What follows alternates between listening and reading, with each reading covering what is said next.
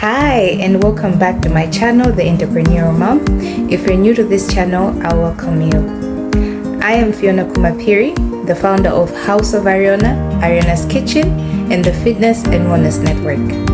Last week we briefly introduced the topic inner child and inner child wounds, and this week we're going to look at the common examples of inner child wounds, how one might heal, but also some brief relatable examples.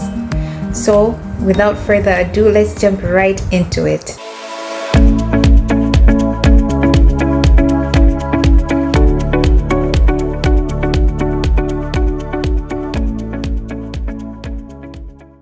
So what are these examples of inner child wounds? Maybe you have once heard things like the abandonment wound, the rejection wound, or maybe you've heard of the shame wound. So there's so many issues that one might have experienced in their childhood that linger on or that perhaps affect how they are as an adult. So if you as a child felt unloved, or perhaps there was constant fear of being abandoned, or perhaps you were abandoned, as an adult this might come up as you being anxiously attached to someone, or you might be an avoidant, in the sense that as an anxiously attached person you might find yourself so clingy towards your partner because you fear that they might abandon you.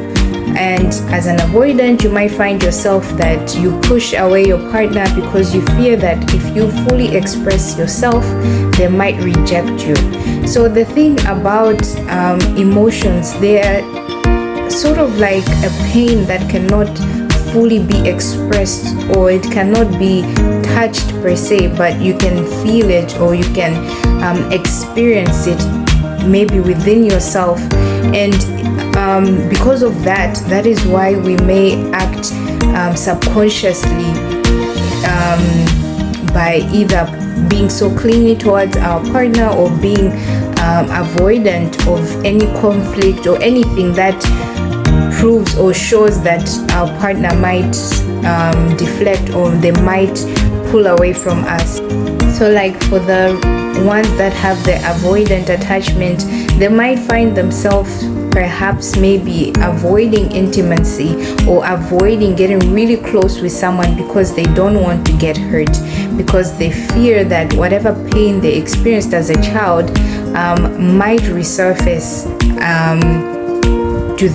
it might resurface as an adult. So they'll try and be in a relationship, but at a very shallow level, so that they make sure that they're safe. And for those that are maybe anxiously attached, they might find themselves constantly seeking reassurance, constantly wanting to always be with their partner. And funny enough is that, as I often say, the anxiously attached tends to attract the avoidant. So it becomes one of those things where this one who has abandonment issues meets this one who has maybe rejection issues, and then the one who has the abandonment issues wants to cling so much to this one who has this rejection issues and does not want to express themselves fully, might be pushing them away. So it becomes like a certain cycle where there's a pull and push type of thing, where both of them are trying to keep themselves emotionally safe. And then if you as a child maybe perhaps experienced a lot of criticism or neglect, criticism in the sense that no matter what you do, you never really got the applause, or you never really got the maybe pat on the back from your caregivers or the people that really matter to you the most. It can be also in terms of neglect. If, say for example, I think this is often very common, where the older child might be, let's say for example, an older child and a younger child are playing together. One starts crying, particularly the younger one. The parent might, if say for example they're crying for the same toy and the toy belongs to the older one, regardless to who it belongs to, the parent who has not healed emotionally or is not emotionally mature will not be able to tolerate the child crying, and in the end will want to find a quick solution to the problem and might tell the older child to give up their toy to the younger one because they just want the crying to stop. And in so doing, the older one now feels a form of neglect, in the sense that their needs and their wants through that toy are being neglected because the mom or the dad or whoever is in the vicinity of whatever is happening has opted to find an easier solution by telling them to give up that thing that belongs to them, to their child. So if you experienced this sort of thing where you were either always criticized, or maybe your feelings, your emotions were always neglected, or your needs were not really met, this might then later on come up as self-doubt in your adulthood or perfectionism, because you self-doubt, especially if you are constantly criticized and you now don't really believe in yourself anymore. And then on the perfectionism, it's your constant need for maybe validation or to be assured that you are worthy. So depending on the different things that might have happened in your childhood that led to either being always criticized or being neglected, later on in life it might show up as issues with self-doubt, issues with self-esteem, low self-esteem, perfectionism, people-pleasing, and things like that.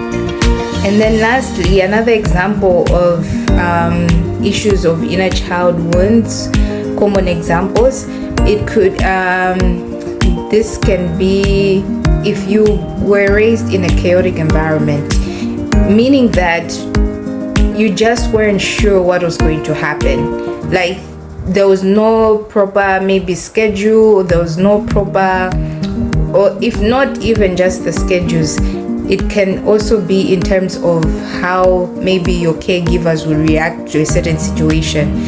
So one minute maybe they might be happy, and then the next minute they might be furious, and maybe you are constantly walking on eggshells. So later on in life, this can create trust issues and also a lot of anxiety, because you're just unsure of what might come, what might happen next.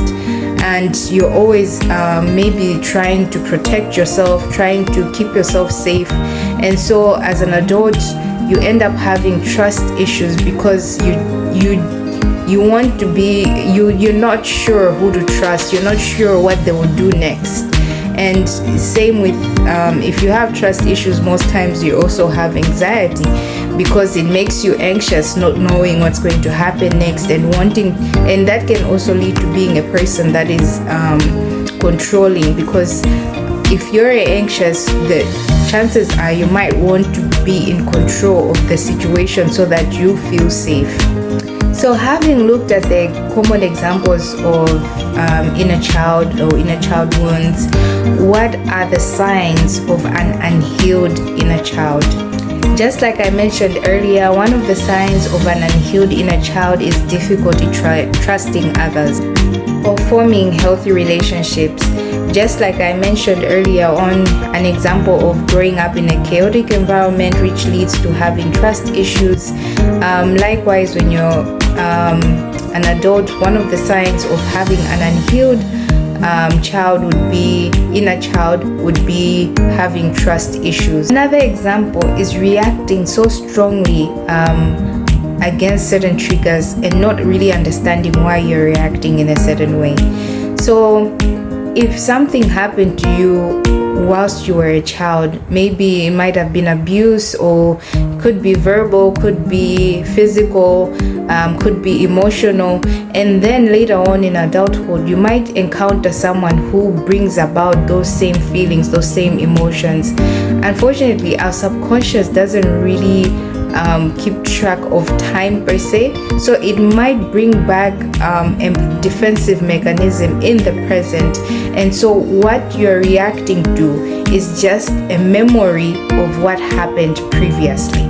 So you might find yourself in a situation where maybe it's your spouse, they said something in a certain way that might have triggered a memory or something that happened to you in the past or as a child, and then you're reacting to it in the present as though it's happening right there, as you are encountering the situation with whoever it might be it your spouse, be it your child, be it your colleague at work. So that's also one of the examples of an unhealed inner child.